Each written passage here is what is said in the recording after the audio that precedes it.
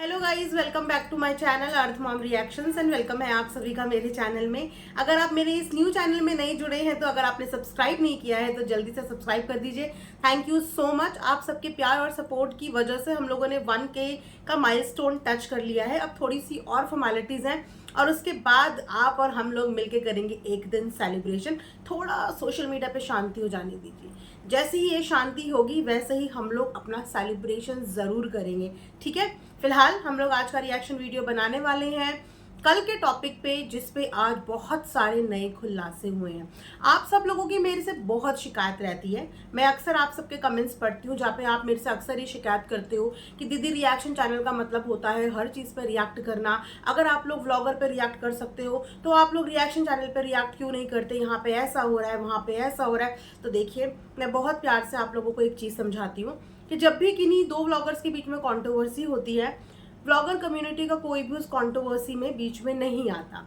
इसी तरीके से रिएक्शन भी अपने आप में कम्युनिटी है और मैं बिल्कुल भी नहीं चाहती कि अगर मेरी रिएक्शन कम्युनिटी में किसी से कोई कंट्रोवर्सी चल रहा है तो उस मैटर में मैं बीच में आऊँ। मेरा काम व्लॉगर्स पे रिएक्शन देना है और मैं उसी काम को अपना करूँगी। अगर व्लॉगर से रिलेटेड कोई चीज़ होगी और वहाँ पे मुझे लग रहा है कि ये चीज़ गलत हो रही है तो वहाँ पे मैं ज़रूर बोलूँगी। सही हो रही है मैं वहाँ पे ज़रूर बोलूँगी, लेकिन एक रिस्पेक्ट रखने वाली बात होती है कि मैं अभी एक सेम रिएक्शन कम्युनिटी से आती हूँ, इसीलिए मैं किसी भी रिएक्शन कम्युनिटी के किसी भी मुद्दे पे, किसी भी कंट्रोवर्सी पे कुछ नहीं बोलती। उसके अलावा आप सब लोग एक सवाल मुझसे और पूछ रहे थे कि दीदी फुस फुस ऐसी ऐसी आवाज़ें आती, तो मैं आपको बताती हूँ कि मेरा जो पेट है वो इतना बड़ा चिपकू है कि वो मेरा पीछा बिल्कुल नहीं छोड़ता है। जिस वक्त पे मैं वीडियो बना रही हूँ उस वक्त पे वो ठीक मेरे सामने नीचे बैठा होता है, इसीलिए मेरे माइक में मेरे से ज़्यादा उसकी कभी स्नोरिंग की आवाज़ें, कभी खटपट की आवाज़ें, क्योंकि नीचे से वो मुझे हाथ पैर भी मारता रहता है। जैसे कि अभी भी वो खै खै कर रहा है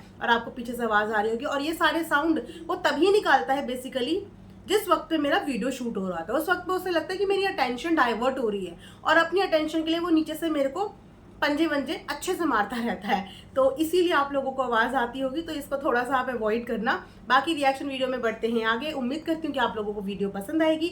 अपने ओपिनियन कमेंट सेक्शन में ज़रूर देना और पूरी की पूरी वीडियो ज़रूर देखना। आधी अधूरी वीडियो देखने के बाद कमेंट सेक्शन में कमेंट बिल्कुल मत करना। और जो लोग मुझे पसंद नहीं करते, मेरी वीडियोज़ अच्छी नहीं लगती, मैं बार बार आप लोगों से पहली ही फुर्सत में रिक्वेस्ट करती हूँ कि प्लीज़ अपना अमूल्य वक्त मेरे लिए बर्बाद मत कीजिए।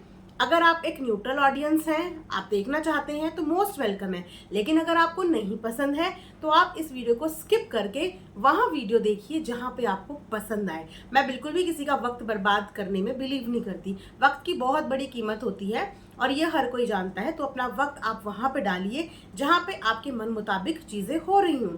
और मेरे थॉट्स अगर आपसे मिसमैच हो रहे हो तो प्लीज़ आप यहाँ पे अपना टाइम वेस्ट मत करना। चलिए तो वीडियो में बढ़ते हैं आगे। अभी एक दिन पहले जगत भैया की धमकी का बहुत ज़्यादा गूंजम गूंज हो रही थी सोशल मीडिया पे। आई वॉज ऑल्सो लाइक कि वाओ, जगत भैया तो व्लॉगर से लेकर गैंगस्टर बन गए। अब जगत भैया धमकी दिलाएंगे, रिएक्शन वालों को डराएंगे। मेरे को भी डर लगने लगा था कहीं ऐसा ना हो कि दूसरा तीसरा कॉल जगत भैया मेरे पास ही कर रहे हैं।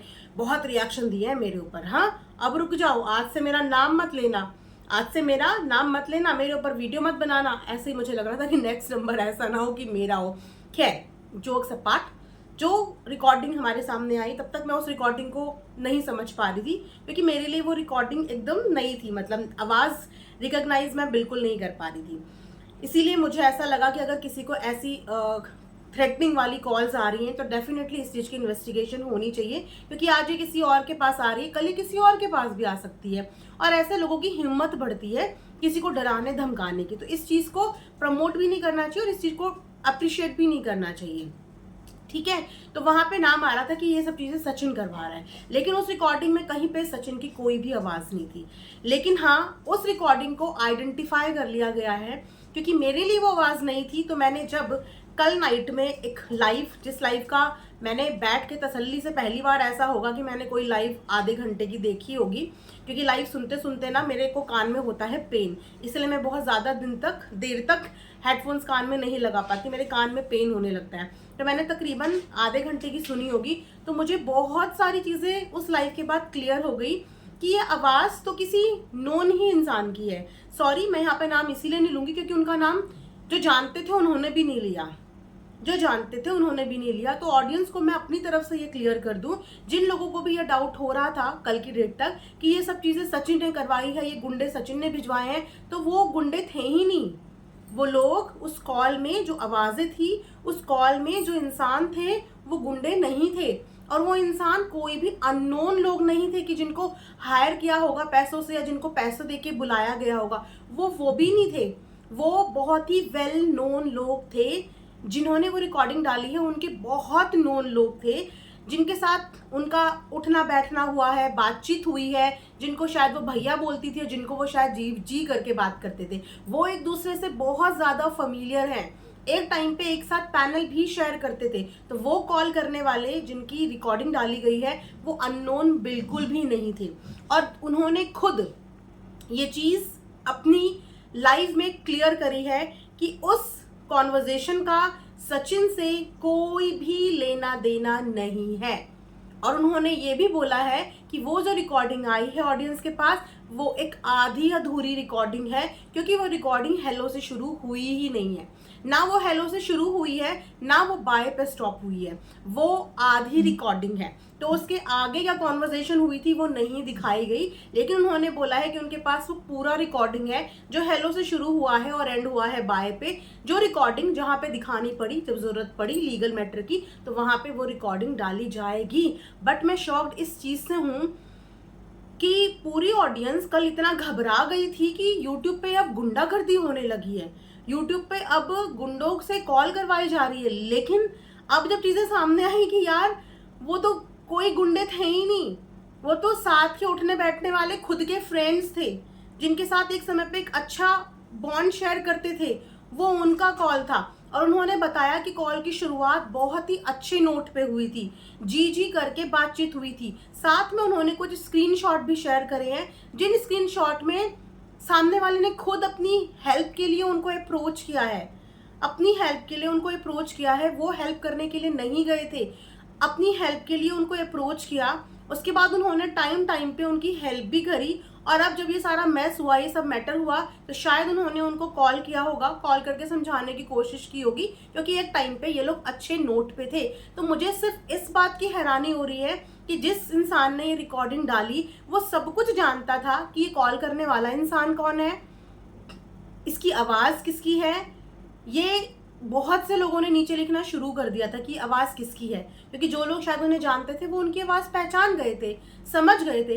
लेकिन हैरानी की बात यह है कि जिसने ये रिकॉर्डिंग डाली उसी ने नाम नहीं बताया कि ये तो वो बंदा है जिसको मैं भाई बोलती थी, ये वो बंदा है जिसको मैं जानती हूँ। उन्होंने सिर्फ ये बोला कि जगत भैया ने कॉल करके धमकी दिलवा दी। सिर्फ ये नाम आया कि जगत भैया ने कॉल करके धमकी दिलवा दी। मैं हैरान इस बात के लिए हूँ कि जगत भैया बहुत सारी जगह पे गलत थे, बहुत सारी जगह पे गलत थे, और उस गलती में मैंने भी बढ़ चढ़ के उनको क्रिटिसाइज किया है। मेरी भी जगत भैया के साथ छोटी मोटी आर्ग्यूमेंट, छोटे मोटी चीज़ें व्लॉग में, वीडियो में चलती रहती थी, क्योंकि मैंने भी उस समय पे क्रिटिसाइज किया है जहाँ जब वो गलत थे। लेकिन अभी पिछले काफ़ी दिन से आप भी वो व्लॉग देख रहे हैं, मैं भी देख रही हूँ। बीच में मैंने जगत दीदी पे भी व्लॉग बनाना, मतलब वीडियोस बनानी बिल्कुल छोड़ दी थी, दूसरे कंटेंट पे काम करना शुरू कर दिया था। फिर देखा कि जगत दीदी फेसबुक पे फोटोज डालनी शुरू कर रही हैं, कभी जगत भैया की कभी उसकी, फिर हमने वो कंटेंट बनाया। लेकिन जगत भैया काफ़ी समय से अपने कंटेंट पे काम कर रहे थे, और जब कोई इंसान अपने कंटेंट पे काम कर रहा है तो आई थिंक फिर वो काम कर रहा है तो उस पर ज़्यादा क्या हम डीपली रिएक्शन दे सकते हैं। फिर ऐसा लगता है कि हम जानबूझ के बाल की खाल निकाल रहे हैं। लेकिन फिर भी टाइम पे जब जैसा मुझे लगा है तब मैंने रिएक्शन दिया है। लेकिन फिलहाल एट प्रेजेंट की सिचुएशन, क्योंकि मैं जगत भैया पे पहले रिएक्शन दे चुकी हूँ और मैं उनको पहले बहुत क्रिटिसाइज कर चुकी हूँ, इसका मतलब ये नहीं है कि मैं लाइफ टाइम उनको क्रिटिसाइज ही करती रहूँगी। और क्योंकि मैंने जगत दीदी को क्रिटिसाइज किया है तो ऐसा भी नहीं है कि मैं जिंदगी भर उनको क्रिटिसाइज करती रहूँगी। बीच में पूरा 15 से 20 दिन मैंने जगत दीदी को बहुत फेवर किया है, बहुत फेवर किया, उनको बहुत मोटिवेट किया है। और आगे भी जब भी वो कंटेंट पे अच्छा काम करेंगी, ऐसे कोई ब्लंडर नहीं करेंगी, तो मैं उनको बिल्कुल सपोर्ट करूंगी, बिल्कुल फेवर करूंगी, क्योंकि मैं ना तो जगत दीदी की दुश्मन, ना जगत भैया की दुश्मन, मैं सिर्फ कंटेंट पे बात करूंगी। ठीक है, तो कल को जगत दीदी भी कुछ अच्छा दिखाएंगी तो मैं उनके लिए भी अच्छा बोलूंगी। जैसे कि मैंने उन लोगों को भी बोला जिन्होंने मुच्छड़ भैया कि बेटी के लिए फालतू की बकवास करी। मैंने उनसे भी रिक्वेस्ट करा, इनफैक्ट मैं अपनी खुद की ऑडियंस से भी रिक्वेस्ट करती रहती हूँ कि कभी भी किसी को इतने हार्श कमेंट मत करो। आप अपनी भाषा के दायरे में रह के क्रिटिसाइज कर सकते हो, नेगेटिव बोल सकते हो, पर इतना मत बोलो, खासकर बच्चों के लिए तो बिल्कुल भी मत बोलो। ये मैं अपनी खुद की ऑडियंस से भी रिक्वेस्ट करती हूँ। तो यहाँ पे हमारा तो देखो कोई दुश्मन नहीं है। जगत भैया जिस समय पे गलत जा रहे थे उस समय पे उनको गलत भी बोला गया था, लेकिन ऐसा भी नहीं होता कि एक इंसान अगर पहले गलत था तो वो जिंदगी भर गलत रहेगा या वो 100% गलत होगा। उसने पीछे कुछ गलतियां करी होंगी, इसका मतलब ये भी नहीं होता कि हर गलती का इल्जाम उसके ऊपर लगा दिया जाए और हम बोले हाँ हाँ हाँ इसने यही किया है, बिना जाने बिना सोचे बिना किसी सबूत के हम बोलते हाँ क्योंकि इसने वो किया था तो ये भी कर सकता है, अच्छा इसने ऐसा किया था तो ये भी कर सकता है। ऐसे नहीं होता। बीते दिनों इतने सारे एलिगेशंस लगे लेकिन उनमें से एक भी एलिगेशन प्रूव नहीं हुआ। इनफैक्ट जगत दीदी को खुद सपोर्ट करने वालों ने जगत दीदी के ऊपर प्रेगनेंसी का एलिगेशन लगा दिया, होटल में रुकने का एलिगेशन लगा दिया, लेकिन मैंने उस एलिगेशन को भी साफ मना किया क्योंकि इस बात के किसी के पास कोई प्रूफ नहीं है। किसी ने कभी किसी को होटल में नहीं देखा, कोई किसी के पास सीसीटीवी फुटेज नहीं है, कोई ऑडियो नहीं है, कोई वीडियो नहीं है, सिर्फ बड़ी बड़ी बातें हैं। तो किस आधार पे ये बात सच है कि वो होटल में थे, या किस आधार पे ये बात सच है कि वो प्रेग्नेंट थी? यहाँ पे अगर एक औरत की इज्जत की बात हो रही है तो एक आदमी की भी हो रही है। एक औरत अकेले प्रेग्नेंट नहीं हो जाती है।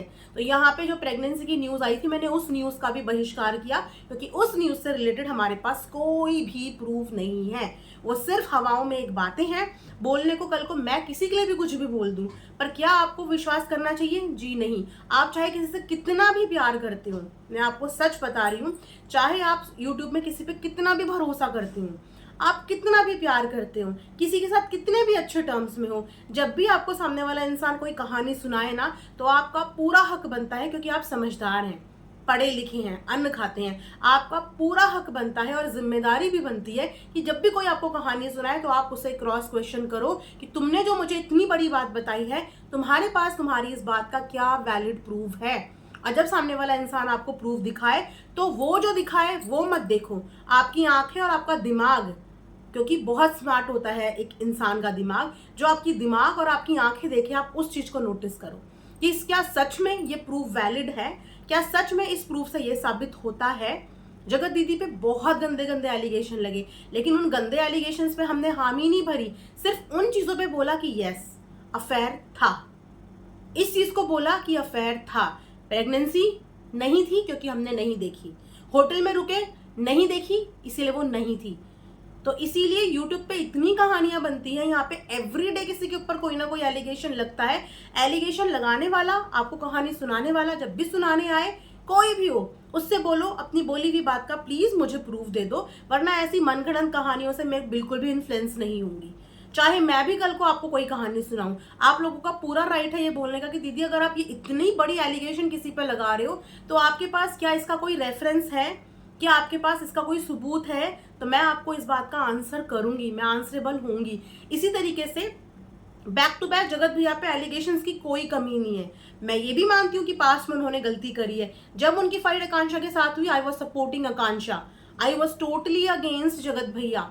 जब जगत भैया की फाइट नीतू के साथ हुई, I was supporting Neetu, I was totally against Jagat भैया। जब इनकी लड़ाई सरिता जेठू के साथ हुई, आई वॉज सपोर्टिंग सरिता जेठू and I was totally against Jagat भैया। मैं एवरी टाइम जिनके साथ भी इनका कंट्रोवर्सी हुआ है, मैं हमेशा हर कंट्रोवर्सी में इनके अगेंस्ट ही थी, क्योंकि उस समय पे ये गलतियां कर रहे थे और बहुत ज़्यादा गलतियां कर रहे थे। मैं अगेंस्ट थी, लेकिन फिलहाल हम भी चीज़ें देख रहे हैं और नोटिस हम भी कर रहे हैं, बस बहुत कुछ हम नहीं बोलते हैं और बहुत कुछ हम बोलना भी नहीं चाहते हैं। फिलहाल जिन बातों के सबूत नहीं है उन बातों की कोई महत्वता ही नहीं है, और जिनके पास सबूत है आई रिक्वेस्ट बिल्कुल वैलिड सबूत के साथ चीज़ें यहाँ पे रखें। तो डेफिनेटली हमने कोई कॉन्ट्रैक्ट थोड़ी साइन कर रखा है किसी के साथ भी, हम तो वहीं चलेंगे जहाँ पे हमें सच्चाई दिखेगी, जो हमें सही दिखेगा हम उस तरफ हो जाएंगे। बहुत सारे लोगों को लगता है ना कि ये लोग तो कभी इधर पलट जाते हैं, एग्जैक्टली पलट जाते हैं। क्यों? क्योंकि जहाँ सच्चाई दिखती है हमारा झुकाव उस तरफ हो जाता है, जहाँ झूठ दिखता है, फरेब दिखता है, वहां से हम हट जाते हैं, या तो हट जाते हैं या वहां पे चुप हो जाते हैं। लेकिन गलत को सही बनाने के लिए या सही को गलत बनाने के लिए सपोर्ट नहीं करेंगे, सही को सही ही बोलने के लिए करेंगे। और गलत को गलत ही बोलने के लिए करेंगे। आरोप लगा जगत भैया पे, जो आरोप बेबुनियाद निकला। सिर्फ एक ही दिन में ये प्रूव हो गया कि उस कॉल के पीछे जगत भैया का हाथ ही नहीं था। जिन्हें हम गुंडे समझ रहे थे वो गुंडे नहीं, वो तो सामने वाले के दोस्त ही निकले, वो जगत भैया के कोई भी नहीं निकले थे। मुझे नहीं पता कि इन चीज़ों के पीछे कौन है, क्या इंटेंशन से, क्योंकि इतनी गहराई से मैंने कोई चीज़ नहीं देखी, मैंने कोई चीज़ मॉनिटर नहीं करी। बस एक चीज़ मैंने मॉनिटर करी कि उन कॉल्स के पीछे जगत भैया का कोई भी इन्वॉल्वमेंट नहीं है। ये उसी शख्स ने खुद बता दिया जो उस कॉल पे था, जो उस कॉल पे था उस शख्स ने खुद बता दिया अपने मुंह से कि इसमें राज फैमिली का कोई लेना देना ही नहीं है, इनको तो कुछ पता ही नहीं था। मैं खुद हैरान हूं कि सामने वाला बंदा मुझे इतने अच्छे से जानने के बाद भी मेरा नाम अपने मुंह से नहीं ले रहा है। सामने वाले बंदे ने ये बताया ही नहीं कि कॉल पे कौन है, लेकिन ये बता दिया कि ये तो सचिन ने करवाया, ये तो सचिन ने करवाया। इसीलिए कहते हैं कि बहुत ज़्यादा जल्दबाजी किसी चीज़ को बोलने में नहीं करनी चाहिए। थोड़ा ये कहानी तो किसी और ही डायरेक्शन में चली गई, ये कहानी तो कुछ और ही है, जो कहानी मुझे भी नहीं पता, क्योंकि बहुत पेचीदा कहानी है और ऐसी कहानियों में उलझ के मैं उसका हिस्सा नहीं बनना चाहती, क्योंकि इसमें एक क्रिएटर इन्वॉल्व था और उस क्रिएटर पे मैं रिएक्शन देती हूँ। तो यहाँ पे इसीलिए मैं इस मुद्दे पे रिएक्शन लेके आ गई। तो आंटी ने भी बोला है कि वो भी इसके अगेंस्ट में कुछ जाएंगी, कुछ लीगल चीज़ें करेंगी। बट बात ये है कि ये लोग सिर्फ बोलते हैं, एक्शन के नाम पे आज तक हमने नहीं देखा कि यहाँ पे किसी ने किसी चीज़ के लिए सॉलिड एक्शन लिया हो, किसी ने भी किसी चीज़ के लिए सॉलिड एक्शन लिया हो। रीज़न बिहाइंड कि हर किसी का कोई ना कोई फॉल्ट है, किस चीज़ के बुनियाद पे इलीगल जाएंगे। बट स्टिल अगर चीज़ें इतनी ज़्यादा बढ़ रही हैं कि आपकी जान मान को, आपके परिवार को हानि हो रही है, तो आई डोंट नो कि फिर आप लोग किस चीज़ का इंतज़ार करते हैं, किस चीज़ का इंतज़ार करते हैं। वीडियो ना बनाते हुए सीधा इन चीज़ों के लिए स्ट्रिक्ट एक्शन लीजिए, क्योंकि एक स्ट्रिक्ट एक्शन रिक्वायर्ड है। जिस दिन कोई भी स्ट्रिक्ट एक्शन किसी ने भी किसी के अगेंस्ट ले लिया ना, शायद उस दिन से बहुत सारी चीज़ें अंडर कंट्रोल हो जाएंगी, बहुत सारी चीज़ें अंडर कंट्रोल। क्योंकि हम एक सोशल प्लेटफॉर्म पे हैं, सब पढ़े लिखे हैं, एक अच्छी फैमिली बैकग्राउंड से आते हैं, तो हमें उस चीज़ का डेकोरम हमेशा मेंटेन करके रखना चाहिए कि हम एक जगह पे काम कर रहे हैं, ये हमारा प्रोफेशन है, यहाँ से हम अर्निंग कर रहे हैं और साथ ही साथ हम अपनी फैमिली को रिप्रेजेंट कर रहे हैं। हमेशा अगर आप ये चीज़ें दिमाग में रखोगे, चाहे वो व्लॉगर्स हों चाहे वो कोई भी हो, तो शायद आप लोगों से गलतियाँ ना हो अपनी बात बोलने में। फिलहाल ये जवाब उन कुछ चंद सो कॉल्ड कमेंट करने वाले प्यारे प्यारे हेटर्स के लिए भी है कि हेट वाली फीलिंग्स को थोड़ा सा साइड में रख के एक इंसान वाली फीलिंग से ज़रूर सोचा करो। मैं मानती हूँ कि हेट जो इमोशन होता है ना, वो इतना स्ट्रांग होता है और वो इतना भारी होता है कि वो आपको बिल्कुल ब्लाइंड कर देता है। एक होता है ज़्यादा प्यार, वो भी आपको अंधा कर देता है। एक होती है ज़्यादा नफरत, वो भी आपको अंधी कर देती है। तो आप ऑडियंस हो, ऑडियंस होती है न्यूट्रल। ना तो आपको ज़्यादा प्यार में अंधा होना है, ना ही आपको ज़्यादा नफरत में अंधा होना है। आप जानते हैं कि वोट का अधिकार ऑडियंस को क्यों दिया जाता है? क्योंकि ऑडियंस के ऊपर भरोसा होता है, जनता के ऊपर भरोसा होता है कि जनता जिसका चुनाव करेगी, जनता न्यूट्रल है, जनता एक सही चुनाव करेगी। इसीलिए इतने बड़े बड़े डिसीजन जनता के हाथ में दिए जाते हैं कि जनता कभी किसी के साथ पार्शलिटी नहीं करेगी। लेकिन अगर जनता किसी के प्यार में इतनी अंधी हो जाएगी या फिर किसी के नफरत में इतनी अंधी हो जाएगी कि सही और गलत की पहचान ना कर पाए, तो सॉरी, आप जानते हैं कि आप अपनी रिस्पॉन्सिबिलिटी से कितना भाग रहे हैं, कितना पीछे हट रहे हैं। मैं यहाँ पे किसी की भी इतनी सी भी सपोर्टर नहीं हूँ, इतनी सी भी सपोर्टर, और किसी के सपोर्टर मुझे बनना भी नहीं है। और मैं ये भी बोल रही हूँ कि अगर कुछ लोग इसीलिए मुझे अभी प्यार कर रहे हैं कि मैं जगत भैया के लिए इस समय पे पॉजिटिव बोल रही हूँ, तो इस एक्सपेक्टेशन से मेरे साथ बिल्कुल मत जुड़ना आप लोग कि इन फ्यूचर अगर वो कुछ गलत करेंगे और मुझे दिखेंगे तो मैं तब भी उनका सपोर्ट करूंगी। इस उम्मीद के साथ मेरे साथ बिल्कुल भी मत जुड़ना, क्योंकि अगर मुझे इन फ्यूचर वो कभी भी किसी जगह पे गलत दिखे तो मैं डेफिनेटली उनको उस जगह पे भी क्रिटिसाइज करूंगी। जैसा मेरा तरीका है मैं वैसे ही करूंगी। और अगर आप मेरे से इसलिए जुड़े हैं क्योंकि मैं जगत दीदी के को क्रिटिसाइज करती हूँ, तो ये भी मैं आपको बता दूं, मैं जगत दीदी को क्रिटिसाइज नहीं करती, जगत दीदी की एक्टिविटीज को क्रिटिसाइज करती हूँ। बट इन फ्यूचर मुझे उनकी एक्टिविटीज पॉजिटिव लगी तो मैं उनको पॉजिटिव भी बोलना शुरू कर दूंगी। उस समय पे भी आप लोगों को नाराज नहीं होना है। तो मेरे साथ जुड़ने वाली ऑडियंस मुझे वो चाहिए जो ना तो प्यार में ज्यादा अंधी हो, ना ही नफरत में ज्यादा अंधी हो, वो सिर्फ सही और गलत को पहचान पाए। अगर आप उनमें से हैं तो आप मेरी इस छोटी सी YouTube फैमिली का हिस्सा बन सकते हैं। इसी के साथ ये रिएक्शन वीडियो मैं यहाँ पे एंड करती हूँ। आई होप कि आप लोगों को चीज़ें क्लियर हो गई होंगी, कि आप लोग मेरे से ज़्यादा समझदार हैं, ज़्यादा एक्टिव हैं। अब इस कहानी के क्या क्या कहानियां हैं वो आप लोग देखिए। मेरा काम सिर्फ यहीं तक था, व्लॉगर्स के ऊपर बात करना। इससे आगे मैं बात नहीं करूंगी, और इससे आगे प्लीज़ आप लोग मुझे मत बोलना कि दीदी बात करो, दीदी बात करो, क्योंकि मेरी अपनी खुद की एक बाउंड्री है और मेरे खुद के अपने आप से कमिटमेंट होते हैं, जिन कमिटमेंट को मैं करूंगी पूरा, कि मेरे को किसी भी रिएक्शन से रिलेटेड बात नहीं करनी है। मैं सिर्फ व्लॉगर से रिलेटेड बात करूंगी। और अगर आप मुझे प्यार करते हो तो प्लीज़ मुझे इस चीज़ के लिए फोर्स मत करना।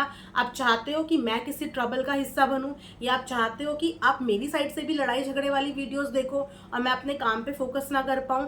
अगर आप ऐसा नहीं चाहते हैं तो आप आगे से मुझे ऐसे कमेंट नहीं करेंगे कि दीदी आप फलाने पे बात करो, आप अलाने पे बात करो। मुझे नहीं करनी, क्योंकि मेरे को लड़ाई नहीं करनी। मैं सिर्फ आपके सामने रिएक्शन का कॉन्टेंट लेके आना चाहती हूँ। और मैं जानती हूँ, जैसे आपने मेरी इतने 3 साल की जर्नी में मुझे इतना प्यार और सपोर्ट किया, और इसीलिए आप मुझे पसंद करते हैं, क्योंकि आपने आज तक मुझे कभी किसी फाइट में इन्वॉल्व होते हुए नहीं देखा। तो आप मुझे आगे भी इसी तरीके से प्यार और सपोर्ट कीजिए, कि मैं आगे भी जब तक वाईटी में हूँ मैं किसी भी फाइट में इन्वॉल्व ना हूँ, किसी भी फाइट का हिस्सा ना बनूँ, सिर्फ आप लोगों के लिए कंटेंट पे रिएक्शन लेके आती रहूँ व्लॉगर्स पे। चलिए इसी के साथ ये रिएक्शन वीडियो यहाँ पे एंड करती हूँ। Thanks for watching Earth Mom Reaction. Bye bye, take care.